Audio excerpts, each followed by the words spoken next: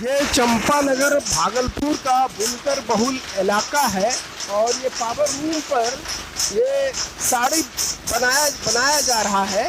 और भागलपुर 1989 के दंगा से पहले यहाँ 1500 से 2000 करोड़ रुपए का निर्यात हुआ करता था, लेकिन उसके बाद समय धीरे धीरे ये कारोबार सिमटता चला गया और अब स्थिति ये है कि ये 700 से लेकर 800 करोड़ तक ही महदूद होकर रह गया। और कोरोना काल में काफ़ी इन लोगों को आर्थिक क्षति उठानी पड़ी। स्थिति ये बन पड़ी कि ये रोटी के मोहताज हो गए। सिल्क से जुड़े हुए हैं, तसर उद्योग से जुड़े हुए हैं, रेशम का काम करते हैं। आपका शुभ नाम क्या हुआ? इश्तियाक अंसारी। तो लॉकडाउन में किस तरह की दुश्वारी झेलनी पड़ी? बहुत तरह का दुश्वारी पड़ा। हम लोग का कारोबार बिल्कुल बंद हो गया और कारोबार ही नहीं बंद हुआ बल्कि अपना जो पूंजी वगैरह था, जो प्रोडक्ट बनाया हुआ था, उसको 100% में से 30% के रेट पर उसको बेचा गया, जिसके वजह से कि अपने परिवार का पालन पोषण उसको बेच करके किया गया और इसके कारण हमारा पूंजी वगैरह जो था सब खत्म हो गया। और इतना ख़त्म हो गया कि बच्चे लोग का स्कूल में कॉलेज में एडमिशन नहीं कर सके, फीस नहीं डाल सके। जो बीमार लोग पड़ गए, बड़ी मुश्किल से कोई अच्छे डॉक्टर उसको छूना नहीं चाहते थे और झोला छाप डॉक्टर ही उसको संभाल करके किसी तरह से। लॉकडाउन के बाद अभी क्या कारोबार सामान हो चुका है? अपना नाम पहले बताएं। मोहम्मद तौहीद अंसारी। अभी का स्थिति कोई बदलाव नहीं है, अभी का स्थिति भी वैसा ही है। क्यों वैसा ही है? हालात नहीं है। हम लोग का कपड़ा जो मंडी है वो कोई लेने पर तैयार नहीं है और आगे माल जा भी नहीं रहा है, इसलिए हालात कुछ सुधार नहीं आया है। कोरोना काल में जो माल था आपके यहाँ तो वो बिक चुका है?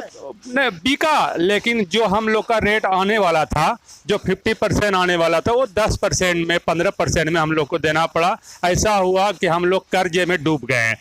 ऐसा हुआ जिसका माल हम लोग जमा करके रखे थे बिन के, उसमें कर्ज में हम लोग डूब गए हैं। आज ऐसा स्थिति है कि हम लोग बच्चे को फीस जो ट्यूशन पढ़ाते हैं स्कूल में और देने का औसत नहीं है। कोरोना काल में बुनकरों का क्या हाल रहा, उनके जीवन में क्या असर पड़ा, इसको लेकर हमारे साथ कई एक बुनकर है, क्योंकि ये चंपानगर का इलाका है। आपका नाम क्या हुआ? मेरा नाम है असद। असद जी, तो आप बुनकरी से जुड़े हुए हैं? जी हाँ।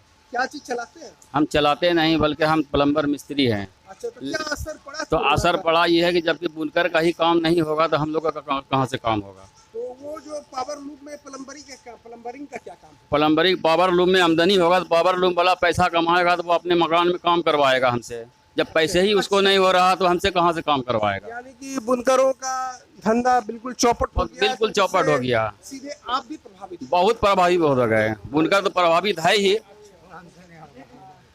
और यहाँ पर दुकानें भी हैं जो बुनकरों की जो आमदनी होती है तो उस आमदनी का एक अंश इस दुकान में भी जाता है। और दुकानें तभी खुलती है जब बुनकरों की आमदनी होगी, लेकिन बुनकरों की आमदनी नहीं होगी तो ये अभी जो खाली सा नज़ारा देख रहे हैं कुछ लोग हैं, उसकी वजह यही है कि लोगों की जो रोजी रोजगार है उस पर कहीं ना कहीं कोरोना ने एक डंक मारा है।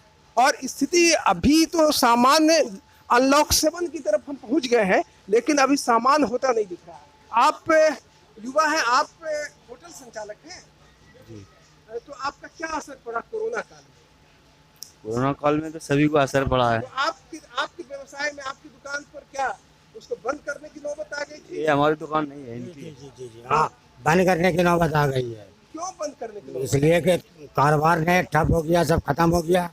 4-5 आदमी लोग खड़ते थे, वो भी खत्म हो गया। कितने लोग हैं? अभी सिर्फ 3 आदमी हम लोग हैं मिला जुला। पहले 7 लोग खड़ते थे। अभी स्थिति सामान्य हो गई है? नहीं, अभी तो बिल्कुल खत्म है ना, मतलब रोजगार एकदम खत्म हो गया, बिक्री हम लोग का ठप हो गया। अब तो हम लोग खुद परेशान हो रहे हैं। अब क्या हो? आप साथ पहले लेबर को रखते थे और आज जो है बिल्कुल जो है एक एक करके सब सब हटा दिया, मुक्त कर दिया उसको। हाँ। आप पर भी असर पड़ा? हाँ, हम दोनों बाप बेटा अपना करते हैं अपना।